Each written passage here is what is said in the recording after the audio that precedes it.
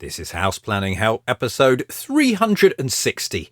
Hi there, I'm Ben Adam Smith, and this is the podcast for you if you're interested in self-build or retrofit.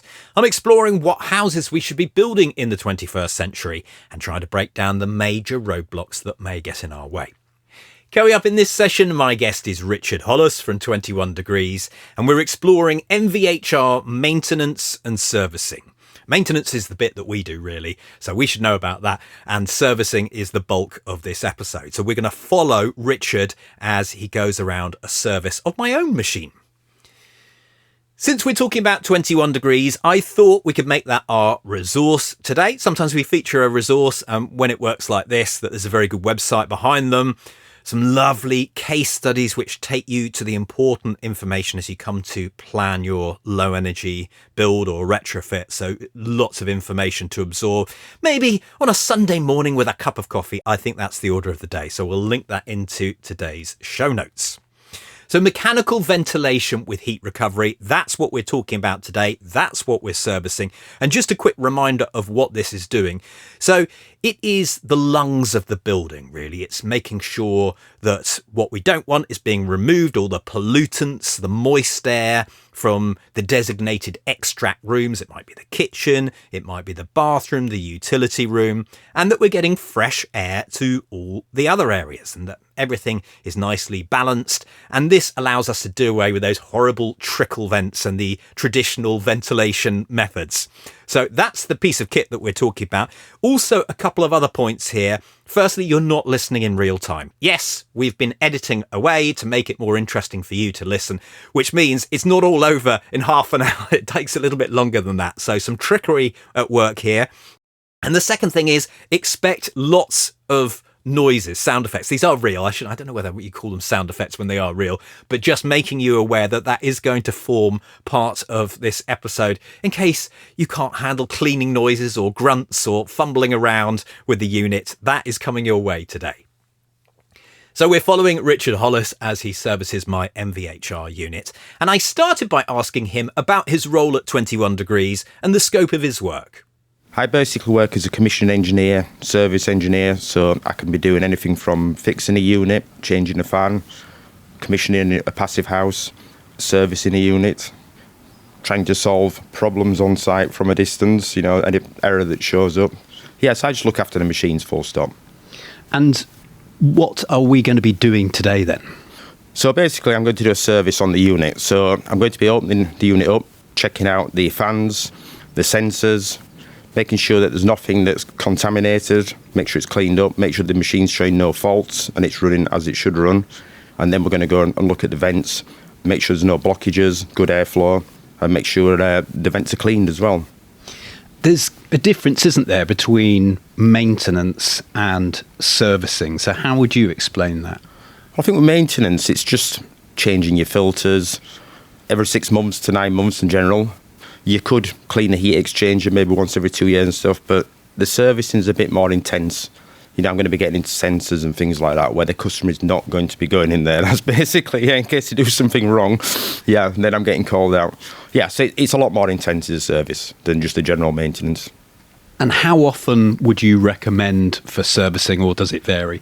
It varies quite a lot. If you've just had your house commissioned, ideally you want a service 12 months later, so we can see how much contamination is getting into that unit, if any at all. It gives me an indication then. If it's doing well, it's a clean unit, and they've been changing the filters, then I recommend after that every 3 years. If I get there after 1 year and there's a lot of contamination, then I need to question whether they've changed the filters as often as they should have done. So maybe I need to come back another 12 months later. But then if it's okay the second time, then we can go to 3 years in general. And one of the challenges is that as someone who runs a house, we've not only got this to maintain, we've got a million other things. So we could forget about this. So that's another danger. So shall we explore my own machine and you can give me the verdict here, how we do it? Yeah. Yep, let's go. So this is, I suppose, slightly unusual. How often do you find them in the garage? That's probably maybe 20% of the time, yeah. Most often they're in a utility room. Sometimes they're in attics, in very tight spaces, which is not ideal. You just don't want it in a bedroom, ideally. You know what I mean? That sort of situation. So this is great. It's in a good position, easy access. So yeah, no problems at all. So we're looking at the menu at the moment, Yep. and Richard is now going to tap away. Just going to see what's going on here. I'm going to go into status now, and this is in the installer menu. So what I'm trying to check out now is, are the fans going at completely different speeds due to maybe a blockage or something like that? So these two fans are looking really good. And presumably you have some of the information of when it was first designed, things that we should be looking for, Yeah. the amount of space. Yeah, while I'm here as well, I want to make sure it has been installed properly, because quite often I get to jobs and they haven't put this Armorflex insulation on. Maybe at the time they didn't think they needed to, but if that's been overlooked, then these are things that I can recommend while I'm doing the service. Since you've mentioned that, what is that Armorflex? I've never had it identified before. This basically covers over your comfort pipe, and it's an extra insulation part of the regulations, so this needs to be done. We get to a lot of jobs and it's not actually being done, doesn't that? Because it's quite a difficult, thing to put on, and I think sometimes the builders keep delaying it to the last minute and then it gets forgotten about. So I need to make sure these things are all correct when I get there. Right, so what I need to do now is put this into service mode.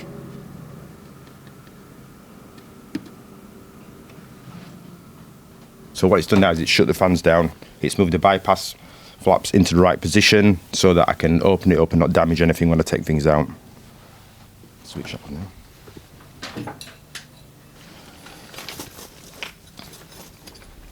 I'm going to remove the front cover, then we can get inside then.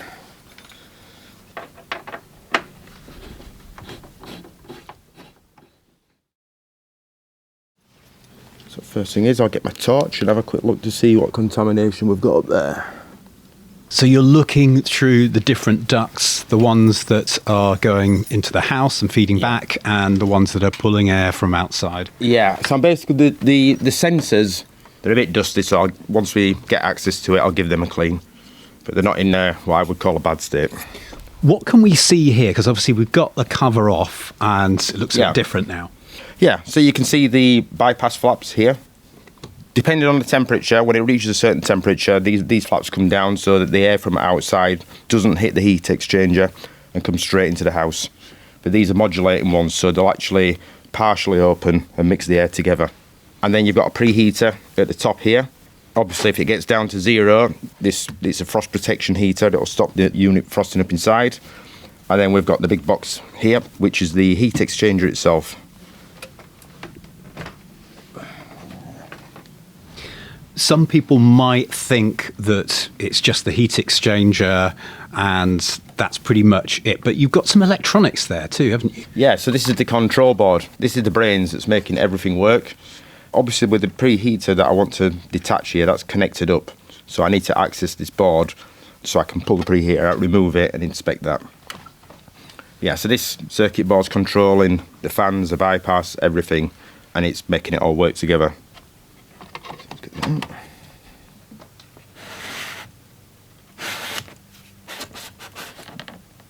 Sometimes these preheaters can be full of all sorts of insects, which is going to affect the airflow. Recently I had one that had a pressure problem that was basically down to this preheater being full of insects. The customer had done everything right, changing the filters, but as he changed the filters, things had dropped off and into the preheater, which had caused an air blockage, which resulted in the unit running at 50% of the air that it should have been doing. So yeah, so that's looking good. And now we can access the fans. So you talked a little bit about insects and things. There's no way for them to get in here as such, is there, except for things like that if they can get round filters, but this is sealed off, isn't it? Yeah. Sometimes I open these units up and nothing seems to have got inside it at all. They're really good. It's just now and again you do get it when there's a little bit more contamination. I mean, people have to be aware that when they're changing the filters, they need to put it into filter change mode, or the unit needs to be switched off. We have had it before where customers are changing the filters while the fans are still running, and that pulls a lot of debris off the filters into the machine. Hence why you need to have a service. That's a good tip. Right, so we've got contamination here on the exhaust fan. Dust up here at the top where the sensor is. Some on that one too. The supply fan's looking really good on there. The supply fan is always pretty clean. It's the extract fan that gets contamination. And eventually, if any fan's going to go and the bearings go, it's generally going to be the extract fan eventually. So I'm going to remove the bypass flap to get access to where I need to do. So the wince on your face, is that something that's not coming out, or are you trying to get your hand in a funny place? Really funny, awkward place, trying to get 2 clips undone. Right. Did you get it, or you're still? Now it's done. If a machine hasn't been serviced for a long time, can these sorts of things gunk up? Yeah, it can be a bit harder to get things out. Sometimes I have problems with the heat exchanger removing it. It almost like welds itself in. This is why you don't want to leave it 5 to 10 years to get a service, or the heat exchanger might not come out at all. And if it doesn't come out, really, you'd need a new unit.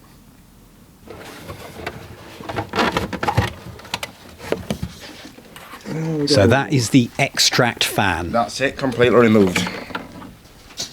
Right, I'm just going to get some water and test that condensate drain. So we're pouring in a bit of water, I'm assuming, just to check there are no leaks and that the water's disappearing. Yeah, that's good. So this condensate comes from the house. As we live each day, we're generating moisture. Yeah, showers, cooking. Stuff like that, cooking. So that moisture is going to come into the unit, travel through, going to hit one side of the unit, only one side of it. So that's why you need to make sure the condensate drains on the correct side as well. Yeah, so I'm looking out for things like that, water damage on the wrong side of the unit, which indicates that there's a blockage. So yeah, this is good, this unit, so that's promising. It's very important to clean these top sensors, because as they build up with contamination, they can start reading as if there's a fault, when realistically all they wanted was a good clean. What do they actually do, these sensors? Is it just monitoring conditions, or? Yeah, air temperatures, stuff like that, humidity. This one that I'm looking at here is an outdoor temperature one. If anything's going to go wrong for measuring wrong, it's going to be that one, you know what I mean? So obviously that's going to control when your bypass is working, your preheater for frost protection. So yeah, that really does need to be looked at every few years and make sure it's really cleaned off, because it can build up. It does take a period of time for it to build up though.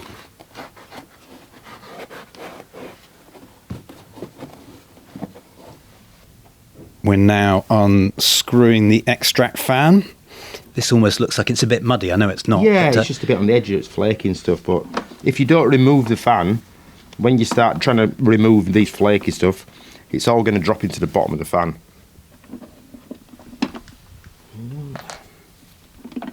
Hey, get my trusty bottle brushes out.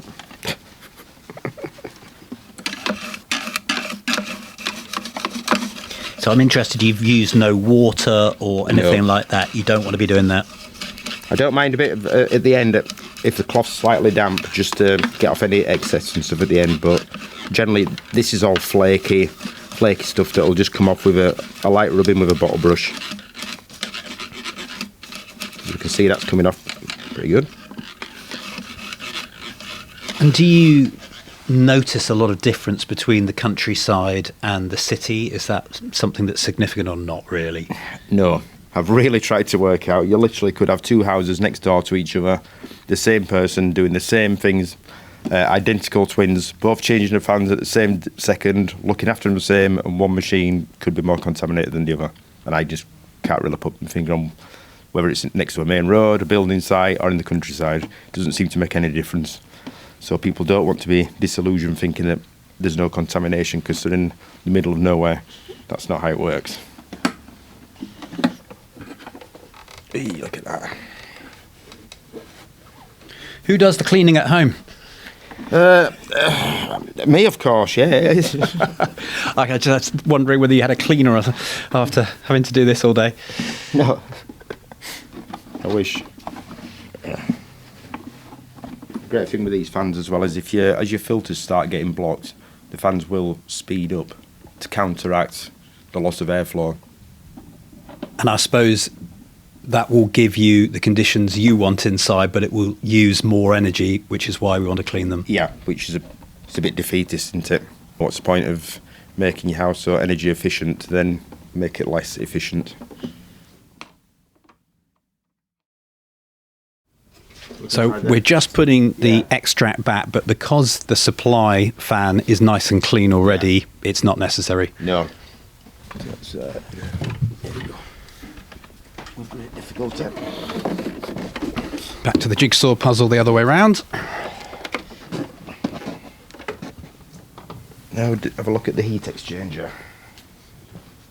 I think the first time this was cleaned, it was disgusting, but it actually doesn't look as bad. No, that's because this is the great thing about having, like you say, every 2 or 3 years service. It's not building up. You can get stuff that builds up where it virtually gets ingrained into the machine and it's getting impossible to clean up. So if it gets on a regular basis, you're getting a lot longer life out of everything.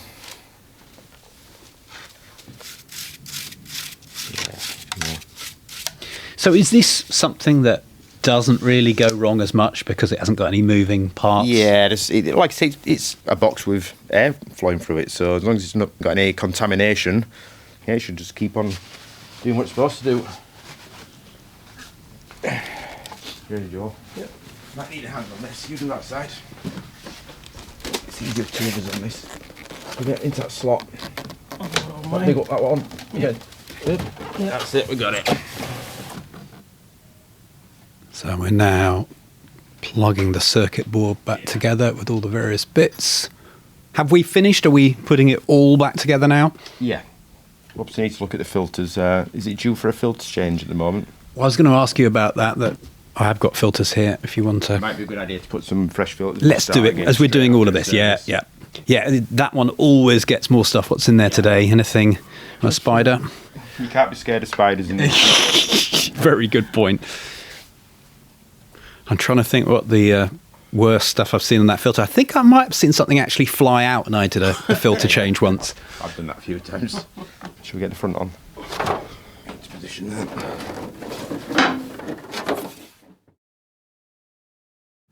Some new filters have gone in and I think that is almost it. Ready to switch back on in a minute? Yep. Right, so when you switch this back on, it's checking for errors is the unit. So if you do switch it off, don't be alarmed by the triangle and the first word error. It actually says error analysis. So it's going to check the bypass. It's going to check the preheater to make sure it's being reconnected properly. It's going to check the sensors, see if there's any faults. And it'll just do it for a couple of minutes and then that should disappear unless there's a fault. And that's because we've had it in service mode or it will always do this? We've had it in service mode. But if it's been switched off for a period of time, it will do it again as well. There we go. That's all working fine now. We're inside the house now, and what's the plan from here on? Right, we're going to be checking all the vents to make sure that we've no contamination that's gathered around them, no excessive dust in the ducting as well. And then we're going to check the airflows to make sure that we're hitting building regulations. Right.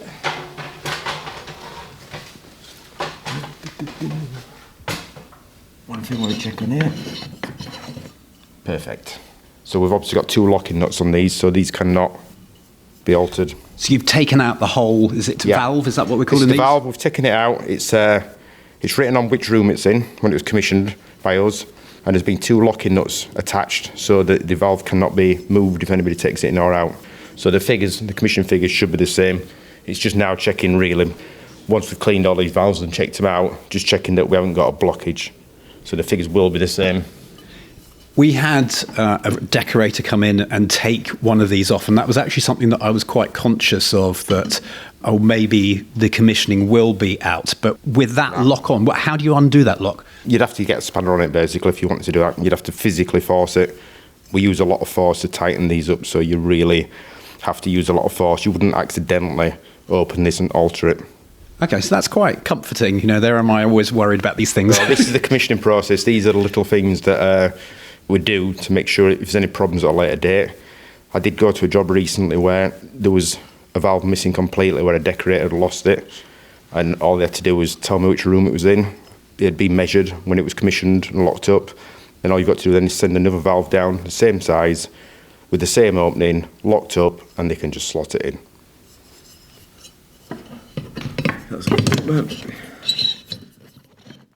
So what we've got in here then, we've got our kitchen one, we'll go to the last second. If there's anywhere in the house that could have a load of gunk, we do a lot of cooking and frying and... I'll just change this outside, Dave. But we also change this regularly, so it's probably not as disgusting as it could be. It's not that bad, actually. It's been changed quite recently. I'm someone who probably only leaves it 3 to 4 months before I change, so... Yeah. Did you say the bathroom ones could also be bad? Yeah, they can get a build-up behind them from towels, skin. You know, it's like shine a torch and all you can see is all these little bits flying around. Well, that gets into the extract and builds up.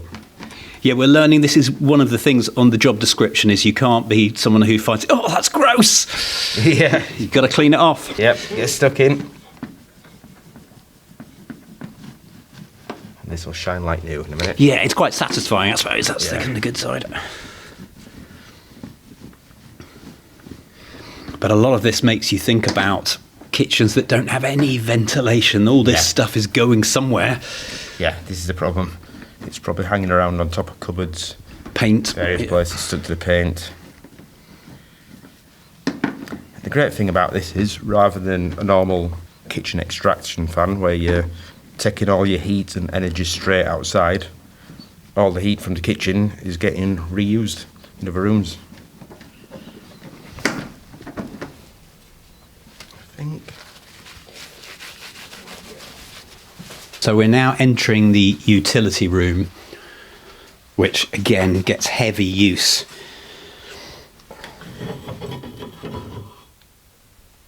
So it's got a bit of contamination, as you can see, built up. But that's not bad considering the period of time. That's perfectly normal, is that? If that had been left potentially 10 years without service, that would have covered the whole of the valve and would stop airflow. Even looking up there, we can see just a little bit in the duct.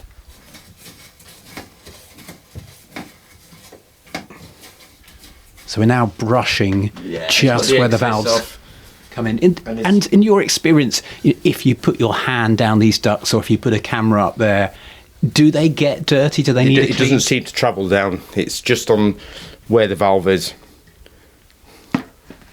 That's obviously the first point of contact, isn't it? Yeah, that's what it's doing. It's just getting stuck on the bend before it gets down to the straight section. And where Passive House has been around for longer, might they clean ducts eventually? There is specialist companies that go right down the ducts and try to clean them, especially if it's getting like mould or anything like that, but we don't seem to get that much on MVHR, but you could quite easily get that maybe with air conditioning or stuff like that. So yeah, there is specialist companies that do that. But you've never seen it? I've never really seen it to be deemed it to be necessary. I've used a camera down ducting on several occasions and it just looks like brand new, as if it's just been fitted. And these are sites where they've actually left the unit running while the building work's still going on. The little bits get to the filters, that sorts it out. Yeah, you just might get a bit of contamination on the extracts, on the first bend, potentially, where it's hitting the wall of the bend.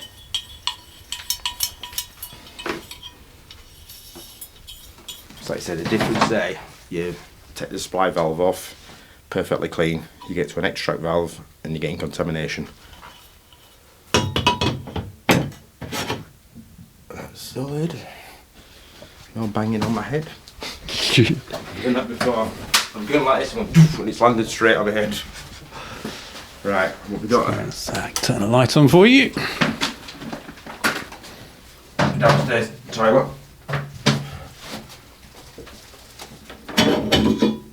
Ooh, it's got a bit on it, but not as bad as. Right. I'll be with towels and stuff. It's an awkward position as well. And we'll put on the job spec contortionist as well. Yeah. Don't stand up toilet seat, whatever you do. Don't. Have you ever gone into the toilet? No, I'm just thinking of breaking it more than anything.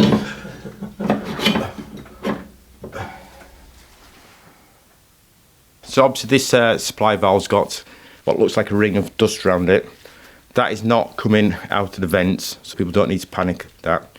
It's to do with the air pressure. As the air comes out and meets the air in the room, it's where the dust settles and it just wipes off. Feather duster, piece of paper, it'll just come straight off. But there's no need for anybody to worry thinking that's coming out of the ductwork. Look at that, just comes straight off. Oh, so it looks lovely and clean in the inside. No, this is like what I'm saying. You're not going to get any issues with your supplies, but it's always worth checking.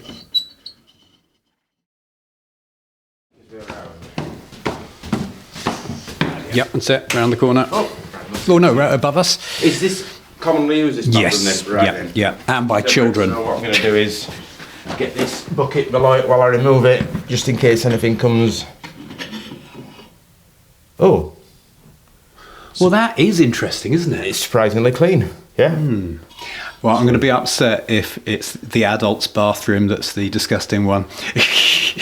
All right. These are the kids. The kids are in here. Yeah. It shows how clean they are.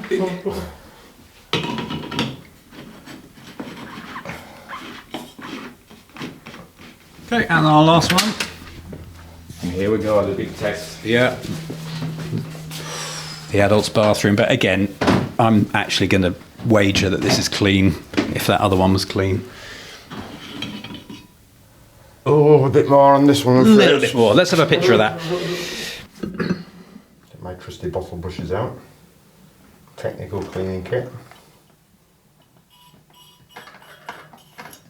And actually, around that duct too. That's definitely the worst one so far, isn't it?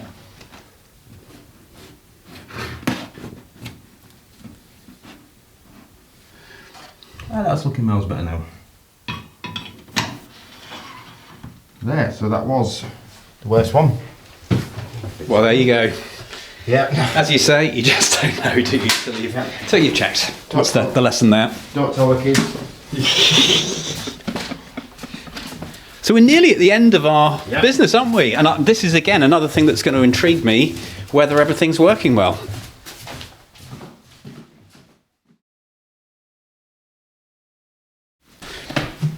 So what's in here? Yeah, anemometer. So this is going to be measuring airflows.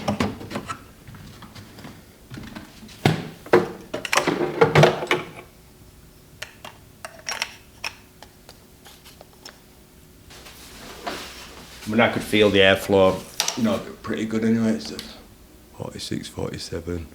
This goes up and down slightly at the moment. So that on speed 2 is achieving what it needs to achieve on speed 3. Yeah. So the kitchen one, so nearly 50, 10%, there's one nearly 50 on speed 2. Building reg set needs to hit 47 cubic metres an hour on speed 3. So this is doing really well. Got some good ventilation. Are you comparing these to the design readings that we've got, No, or are you? I'm just going to look that up. I'm just making sure we've got the airflow. So I think I'm just getting commissioning figures to make sure. Okay. Yeah, we're going to measure the airflows to make sure they match when it was commissioned. We'll do this one in here. That one. So this is down as utility. So is it a case if one matches up, normally they all will, or? Yeah, if we've got locking nuts on, like these have, there shouldn't really be any difference. Unless you had some major blockage and then it'd obviously be down to 0 and stuff, there'd be no airflow. You would have noticed by getting condensation, mould. The issue is if I go to a job where somebody, maybe from another company, has not put locking nuts on and then somebody's altered them, that can happen. So that's when ideally I do need the commissioning figures. That's why it's great for people to keep hold of them. And then I can sort of recommission the ones that have been altered to make it correct.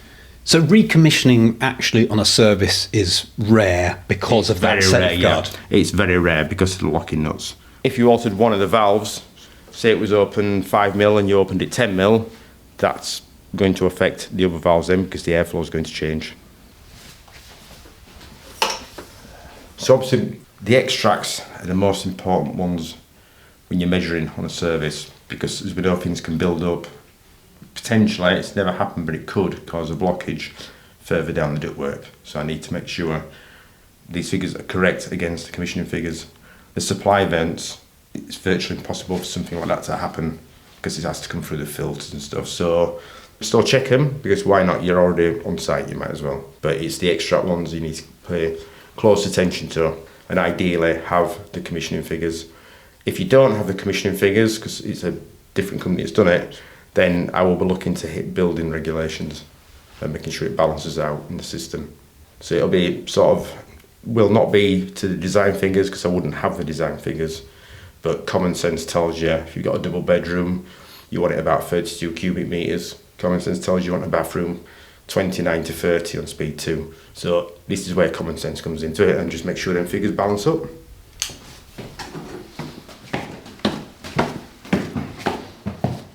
So the one that's going to be the funny one is going to be the last one in there to see what's happening there. The one that was the most contaminated. Yeah, this is good. You won't have any condensation problems in here, would you? No, I mean, already we know we don't have any condensation problems. Well, it's important, you see, on the ZenderQ unit that you go into advanced settings when you're commissioning and put humidity protection on. When it reaches over 75% humidity in the house, the fans will slowly speed up to remove that automatically. Yeah, it would be interesting to know how often we hit that. Clearly, if you're having a bath or something and it's building up, but even then, it just ticks away and sorts out the problem. The other thing about this bathroom here is that it has no openable windows. Right, yeah. So this is because of planning permission, we couldn't have an opening window because of the neighbour, the proximity to the neighbour. So it's brilliant to have. And how was it on measuring that one? That was perfect. Yeah, we're looking good. This is just what I expected. Yeah. This is the last one here, which is great. Yeah, that's been 30. There you go. Can't really argue with that. Spot on. There was no blockages. Good airflows. Yeah. It's been quite interesting to see all this, and I suppose that's one opportunity that you have to come out and see the customers, because you don't see the customers all the time. So do you get questions or do you run through things again? When people take over a house, they're generally getting an air source heat pump fitted or underfloor heating, there's a new kitchen. So when they receive information about the MVHR, there's too much information in general. So when I get back there and they're settled in and they're less stressful, they can absorb it better. We can establish a relationship so they know they can contact me if they think there's an issue. You know, it builds a sort of personal relationship, and I'm generally going to be looking after their unit for them. And what would happen if we hadn't done any of this and we've let it rumble on too long? Would we notice anything? It's highly likely that the unit would develop problems. A build-up would potentially cause the fans would have to speed up to clear the air through the build-up. Then that would put on noise guard, which means noise guard is there to protect the house from noise, and then it would slow your fans down, which then is going to start causing you condensation problems. So it's not running at its optimum health. You know, you've got to have it checked out at some point. You cannot be just left by itself forever. Well, brilliant. Thank you so much for allowing me to bring my microphone on your rounds today. Thank you so much, Richard. Yeah, thank you. Cheers. It's been a pleasure. Head online to take a look at the show notes for this session, houseplanninghelp.com/360, where you can review our summary, which reflects the chat, but just allows you to come round a second time, see what all those important points were. For example, maintenance, that's what happens every 6 to 12 months, changing filters, cleaning air valves, and this can be done by us, the homeowners, and servicing required every 4 years or as per the warranty requirements, but it must be carried out by an experienced MVHR engineer. We've got photos as we wander around in case you want to identify what were they actually doing, what did it look like. If you've got a comment or you'd like to ask a question, you can do that within the show notes, just head down to the bottom, or we'll link you across to social media. We've also had previous podcasts, Tom Hayward, who heads up the department, we've got one with him, Chris and Bill. Over the years, you can really delve back into the archive. And of course, we'll link you to 21 Degrees, houseplanninghelp.com/360. My call to action is to check out the Hub, and this is where we continue the learning. It's our membership community. So the idea being that we try to organise the information. We've had a lot of podcasts and written a lot of blog posts and spoken to lots of people, made lots of videos. So we try to lay it out. So if you're there on day one, that is the time to join. When you've got time on your hands, you can get stuck in. We always find that the people who put the most work in get the most out, as with many things in life. So come and have a look around, things like in-depth video case studies, We've got our courses, we've got our members-only forum. You can chat to me during office hour. And we've got Ask the Expert. Another session of that has gone in with Ez Trezida, looking at all building physics. If you've got questions around that or around retrofit or moisture, he's your man. We've got another couple of training sessions too. Paul Morris from Solar Shield, he was a guest recently on the podcast. He's also recorded a training session for our community and answered some questions that we've had. And David and Chris from Hawkland. We're hoping to get them onto the podcast soon, but they've already knocked up a live training for us on eco loft conversions. So that's quite an interesting one. If you're maybe not doing the whole house or you can't do it yet for one reason or another, how might you tackle the loft? So find out more, houseplanninghelp.com/join. That's it for today. Thank you so much for listening. The House Planning Help podcast is produced by Regen Media, content that matters.